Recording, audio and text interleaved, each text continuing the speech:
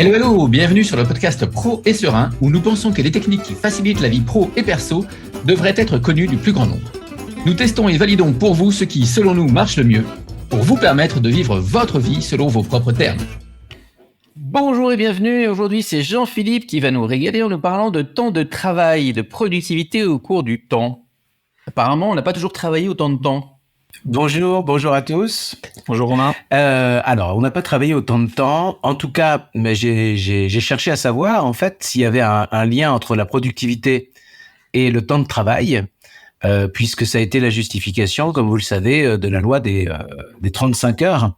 On s'est posé la question, puisque les Français sont très productifs, même s'il y a une petite baisse, là, j'ai lu dans Le Monde. Mais ça fait 1 an ou 2, là, ou peut-être 3 même. Exactement, depuis... le Covid.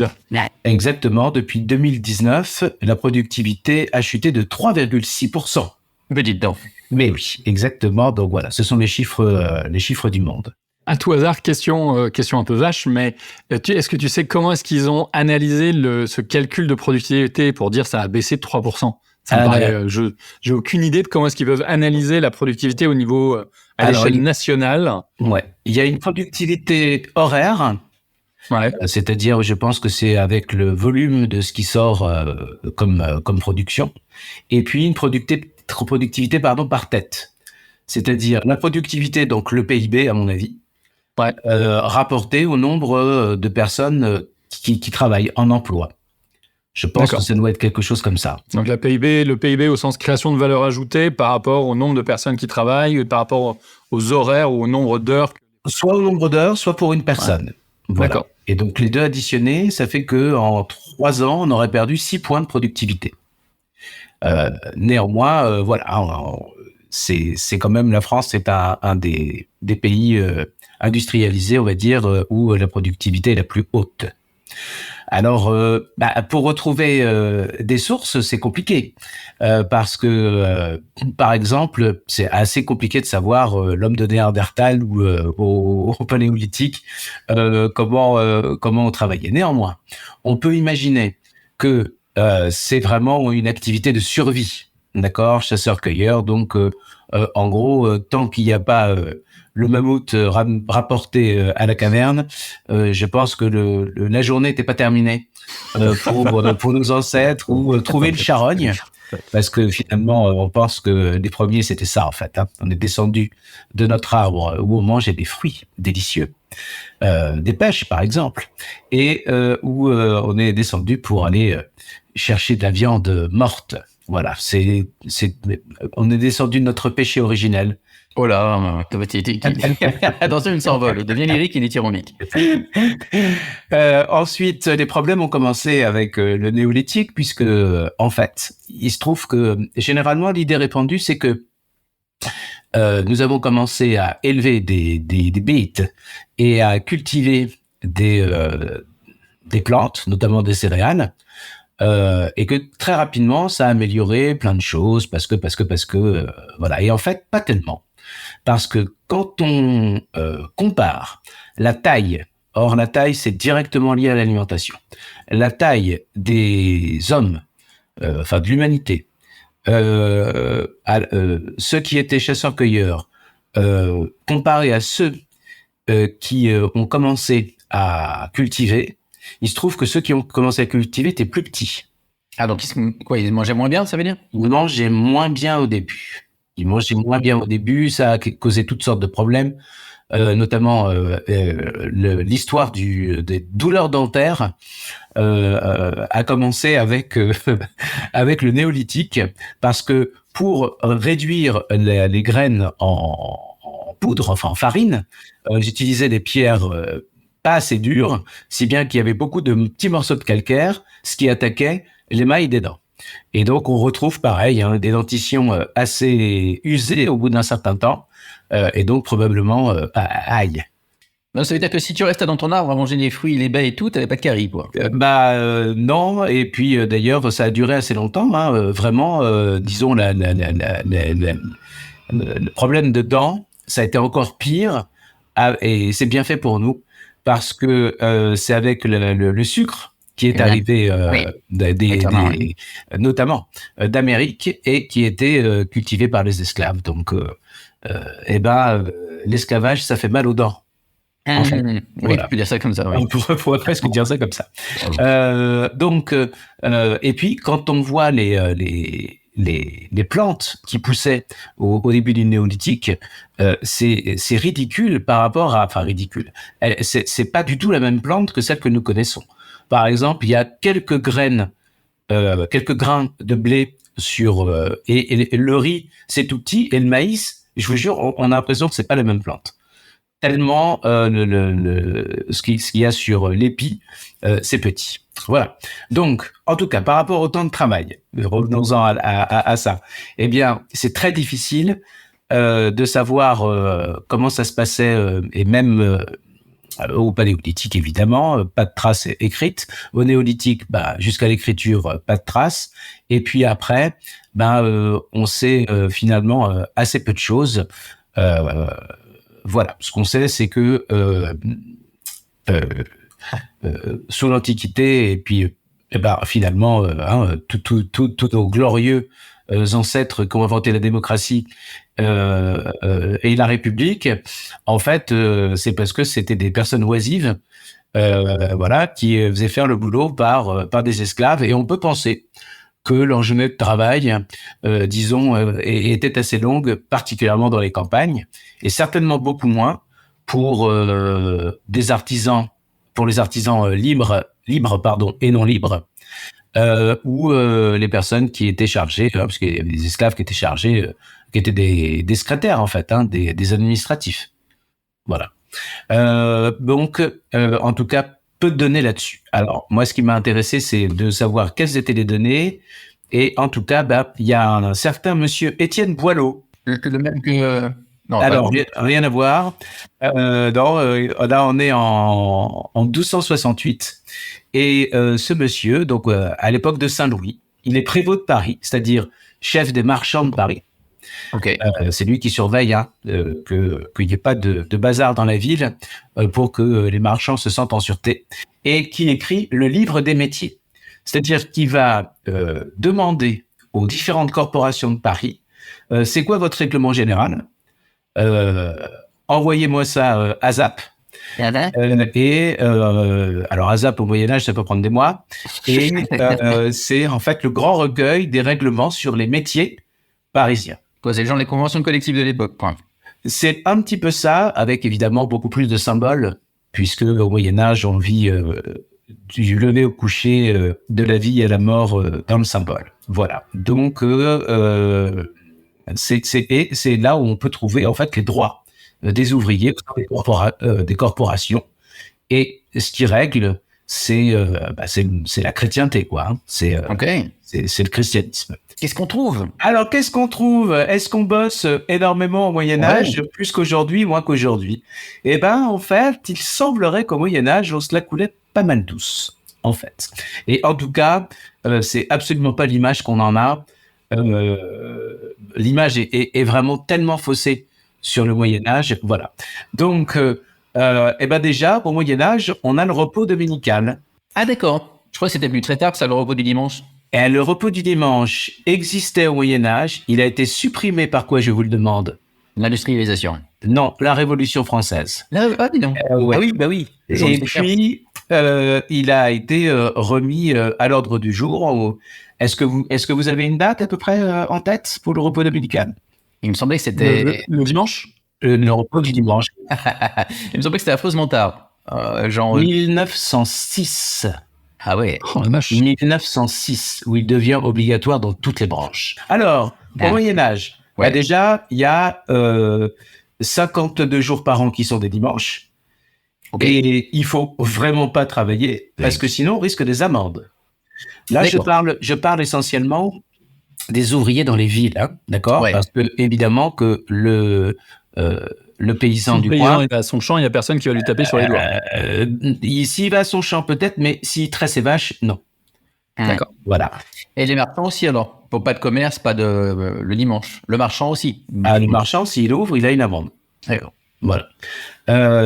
Et qui peut être forte. Et ça, c'est une loi qui est appliquée, parce qu'il y a une différence entre une loi qui est appliquée et une qui ne l'est pas, mais j'y reviens. Ok. Ensuite, on a évidemment toutes les fêtes religieuses. Alors, Pentecôte, Pâques, Noël, la Toussaint, hein, déjà, comme nous. Mais il y a aussi, alors, la Saint-Denis, la purification de la Sainte Vierge. Jésus, Marie, Joseph, l'âne, le bœuf, tout ça, ça fait des jours fériés dans l'année et on en a à peu près 27. Ok. Et puis, il y a au moins une demi-douzaine de jours pour la fête, alors, du saint patron de la confrérie. Ok, normal. Donc, chaque confrérie a un saint patron. Les orfèvres, c'est la Saint-Éloi, par exemple. Tiens, une chanson là-dessus. Il y a celle de la paroisse, qui a un saint patron. Celle du Seigneur, parce qu'il y a un Seigneur dans les villes. Hein. Oui. De sa femme. D'accord. Aussi. De l'évêque. Ok. Et pas de sa femme. Ouais, Alors, en gros, ça fait déjà à peu près, en fait, 85 jours par an qui sont non travaillés, qui sont chômés. Est-ce que vous savez d'où ça vient, chômer, le chômage? C'est un truc avec l'histoire des champs, la chaume. On laissait reposer quelque chose après avoir coupé ou un truc comme ça? Alors, presque, ça vient de l'occitan, en fait. D'accord. Et pour ceux de notre génération, il y avait une pub, Pulco. Et elle disait, il fait trop chaud pour travailler. Alors, c'est exactement ça. Ça vient de comar, ça veut dire se reposer pendant la chaleur. Quand il fait trop chaud, on se repose. Merci, monde occitan. Merci, people of en dessous de la Loire, de nous avoir amené ça. Donc, on se repose, c'est le calme. Voilà. Et puis, effectivement, chômage, il y a aussi un lien avec la chaume, hein, d'accord. Donc c'est une paille et avec ça c'est de la paille en fait et on faisait des toitures des maisons. C'est souvent avec de la paille de seigle parce qu'elle n'était pas taxée celle-là. Mais en tout cas on se repose quand il fait chaud, c'est ça le chômage. Alors avant la fête, c'est déjà un peu la fête parce que la veille d'un jour férié, le dimanche par exemple, le samedi on bosse 2 ou 3 heures de moins. Voilà. Et puis après, il y a d'autres fêtes, des fêtes laïques, des fêtes seigneuriales selon l'endroit où on se trouve, des fêtes agricoles. En plus, il y a des périodes où la personne est malade, où il fait pas beau, où il y a trop de vent, ou bref. Et ça fait une vingtaine de journées par an, pardon, excuse-moi. D'accord. Donc, en fait, les gens, ils travaillent en gros 20 jours par mois. Et quand on regarde, par exemple, les registres, alors là, ce sont les hospices de Saint-Jacques, en 1320, eh bien, les ouvriers travaillent 17 jours par mois en hiver et 22 jours en été. Donc, en fait, le calendrier du travail suit les saisons, beaucoup plus qu'aujourd'hui. Voilà. Et malgré tout, il n'y a pas de vacances. Au sens où nous, on connaît le mot vacances. Mais c'est normal puisque personne ne part. Oui. L'histoire du Moyen-Âge, c'est vraiment l'histoire de gens qui restent chez eux, surtout ceux qui bossent. Après, il y a des universitaires, il y a toutes sortes de gens qui voyagent beaucoup, hein, au contraire, et il y a tout un réseau, notamment tenu par les moines, d'endroits où on peut aller se reposer. Il y a en Europe tellement de chemins qui mènent à Compostelle, rien qu'avec cela, on peut aller à peu près partout. Voilà. Donc, en gros, il n'y a pas de vacances du tout. Il n'y a que les tribunaux et les profs de fac pour se reposer. Donc, les juges et les profs de fac, eux, ils ferment l'été, 1 à 2 mois. Mais sinon, personne d'autre. Enfin, il n'y a pas d'idée de vacances, en fait. Ouais. Voilà. Et on a déjà quand même l'idée de la pénibilité du travail. Ok. Ouais. C'est-à-dire que, par exemple, on ne travaille pas la nuit. Alors, pour 2 raisons. À votre avis, lesquelles? Déjà, on n'y voit rien. D'abord, déjà, on n'a pas l'électricité. La bougie, ça coûte cher. On voit rien. La bougie, ça coûte cher. Et en plus, la bougie, c'est dangereux. C'est vrai. Parce que ce qu'on craint par-dessus tout dans les villes au Moyen-Âge, c'est l'incendie. Voilà pourquoi il y a un couvre-feu quand le couvre-feu, ça veut dire que quand il y a celui qui, la personne chargée de ça, le guet. Il est minuit, bonnes gens et tout va bien, c'est ça? C'est ça. Bonne nuit, bonnes gens, dormez en paix. Tout va bien. Tout va bien, ça rassure parce que comme il n'y a aucune lumière, la lumière, ça vient très tard dans les villes. Ça vient au fin du 19e, début du 20e. Et donc, en fait, une fois la nuit arrivée, c'est le temps des brigands. Et dans une ville, on a très peur à ce moment-là. Donc, pour certaines corporations, la pénibilité du travail est prise en compte. Et il est dit qu'il vaut mieux bien s'occuper de ses ouvriers parce que comme ça, ils produisent un meilleur travail. Voilà. Et le travail de nuit est pratiquement interdit pour tout, sauf dérogation. Par exemple, pour les saulniers. Alors, si vous avez des copains qui s'appellent saulniers, c'est ceux qui font chauffer de l'eau salée pour retirer du sel. Ah, pour dessaler l'eau, quoi, déjà. Non, pour faire évaporer l'eau pour récupérer le sel. Oui. Parce que le sel au Moyen-Âge, c'est une denrée très recherchée. On en a besoin pour notre survie. Aujourd'hui, comme on en bouffe 10 fois trop, on se souvient plus, mais il y a besoin de sel. Et donc, pour faire chauffer la grosse marmite où il y a du sel, ça prend toute la nuit. Et donc, ils travaillent en 2-12, c'est-à-dire qu'il y a une équipe de jour et une équipe de nuit qui se relaient. Voilà. Et la journée de travail, elle se situe entre 7 et 8 heures l'hiver et 12 et 14 heures l'été. Alors, vous allez me dire, 12 à 14 heures, waouh! Voilà. Mais en fait, il y a des temps de repos, des temps de sieste, voilà. Ah Donc, oui. en fait, c'est comme une journée à nous, d'accord? Ouais. Sauf que L'amplitude est plus grande, mais on travaille pas plus, quoi. l'amplitude est plus grande. On travaille sûrement Un peu plus quand même. un petit peu plus quand même, mais on a le droit au repos. Ouais. Certaines corporations, il y a marqué entre 12 et 15, point de faux me réveiller. Ok, oui, c'est ça. Alors, c'est pas ça qui est marqué évidemment, mais enfin, Mais j'aime bien l'idée. c'est vraiment l'esprit. Ok. Sauf certaines corporations, certains patrons qui disent ouais mais quand même travail de nuit, tout ça, ce serait bien. En 1467, il y a les gantiers de Paris, donc une corporation nombreuse, qui veulent faire travailler leurs ouvriers de 5 heures du matin à 22 heures le soir. Parce qu'ils disent, si quand les ouvriers sont pas au travail, ils picolent. Ah, déjà, on avait... Ils jouent au jeu d'argent. Le lendemain, ils travaillent mal. Voilà, donc un ouvrier réfléchit à sa condition et après nous ennuie. Voilà. Donc, on va pas faire ça. On va pas faire ça. C'est un petit peu l'idée. En fait, il y a quelque chose aussi qui change énormément. C'est que c'est une idée qui va arriver bien après. Mais c'est bon. Bien sûr qu'on travaille pour gagner sa vie. Bien sûr qu'on travaille pour produire et pour gagner de l'argent. Mais il n'y a pas cette idée de nécessité de profit.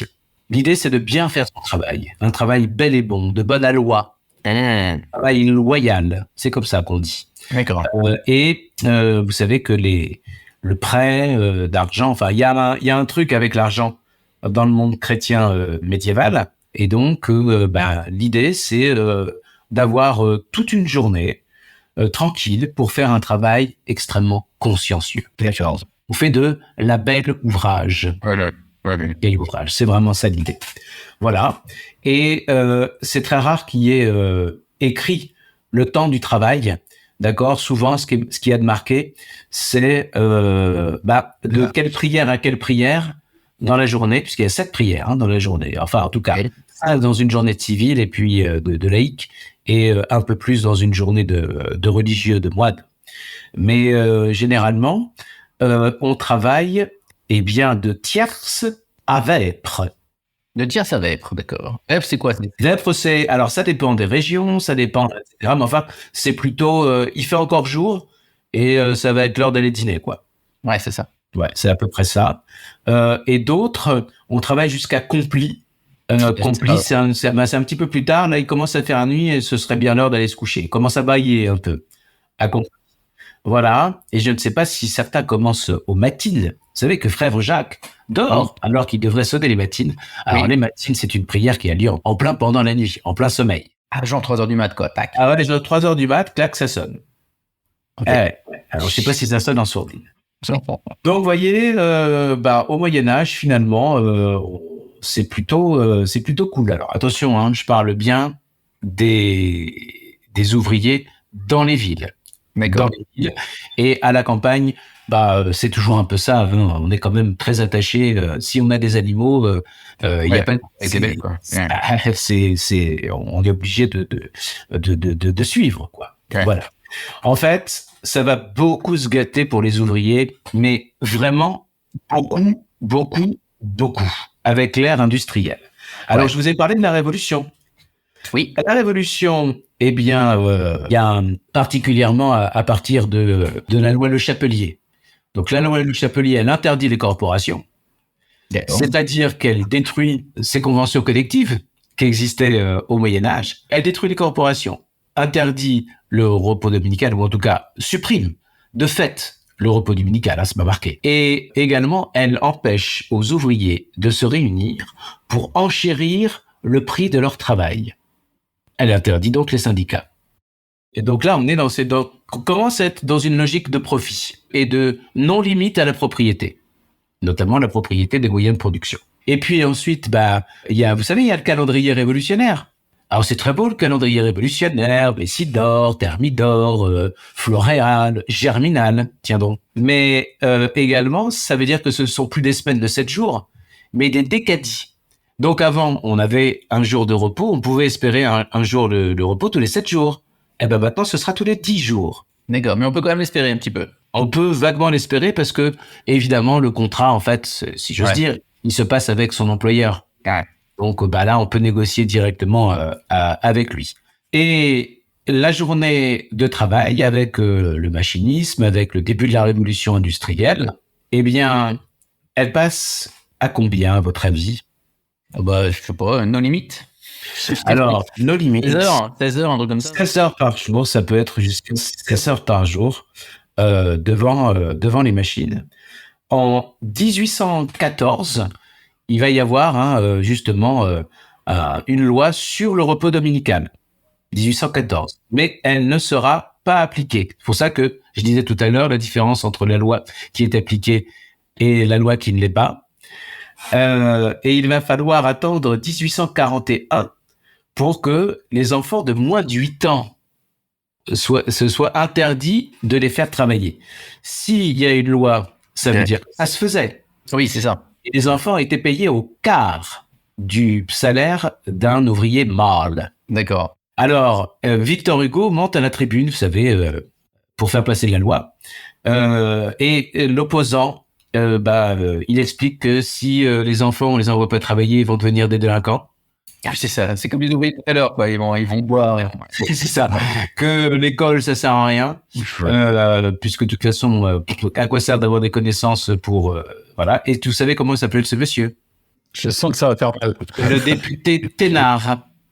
Oh, Thénardier. Exactement. Et donc, Victor Hugo s'en souviendra bien fort quand il écrira, si je dis pas de bêtises, 20 à 30 ans plus tard, Les Misérables. Voilà.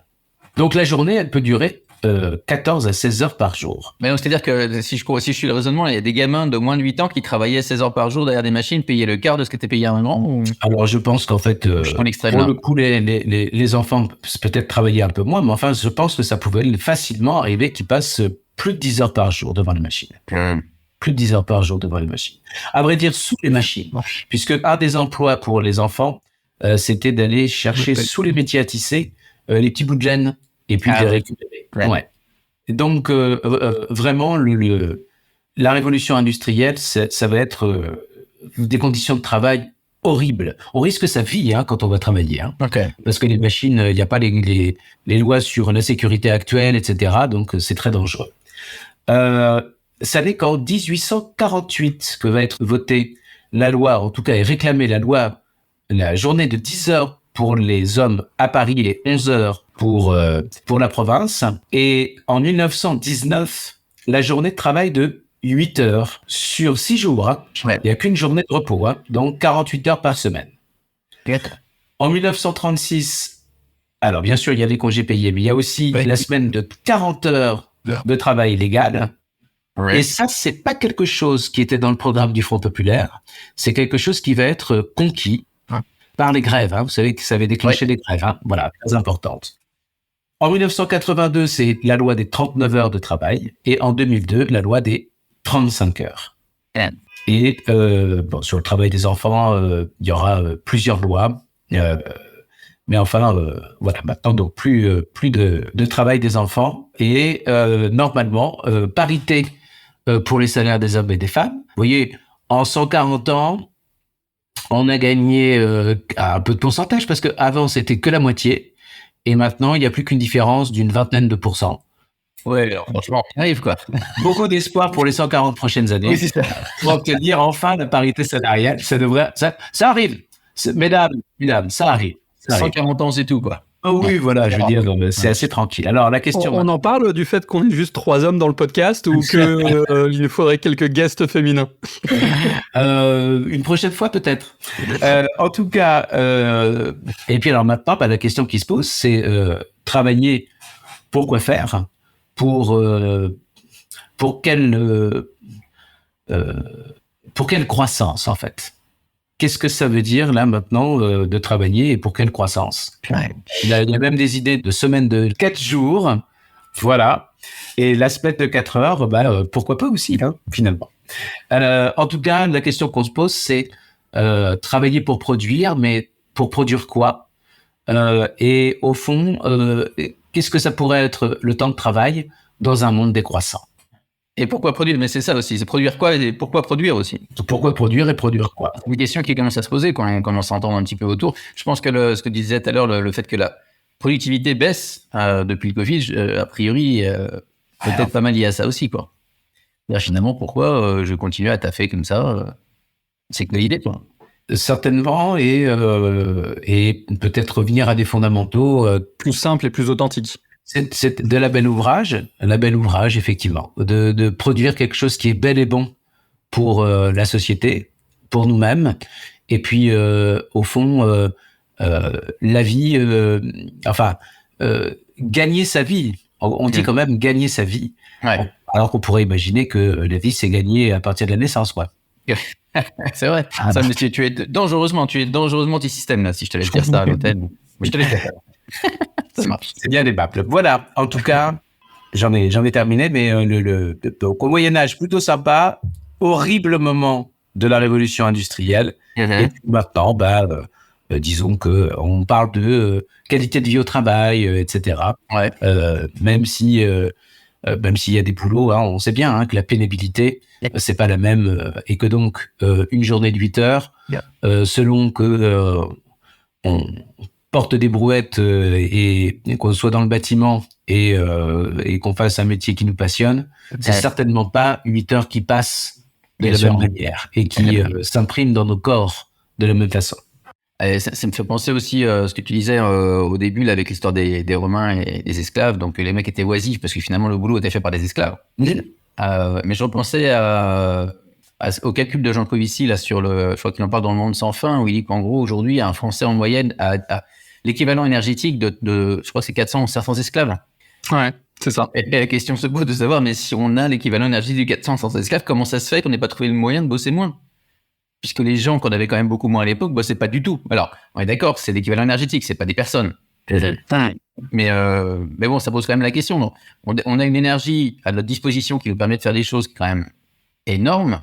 Jusqu'où on s'arrête, c'est un peu la question que j'ai envie de poser, quoi. Jusqu'où on s'arrête, jusqu'où on va. Très bonne BD, Un monde sans fin, que je recommande chaleureusement. Je trouve que c'était vraiment chouette. Et c'est hyper intéressant, y compris, moi qui suis assez néophyte sur le sujet, j'ai trouvé plein de clés de la lecture et des éléments dans cette BD. C'est clair. Facile à lire et très agréable. Eh bien, merci beaucoup Jean-Philippe pour ce panorama de temps de travail à travers les siècles. Eh bien, merci à vous de m'avoir écouté. Voilà, et puis on se retrouve tout bientôt pour un prochain épisode. Ouais, merci. Ciao. Pro et Serein, c'est fini pour aujourd'hui. J'espère que l'épisode vous a plu. Si c'est le cas, n'hésitez pas à vous abonner, à en parler autour de vous et pourquoi pas à nous laisser un commentaire soit sur votre plateforme préférée, soit même sur le forum du site www.proetserein.com qui est en accès libre à la lecture. Restez pro, Restez sereins et nous vous retrouvons au prochain épisode.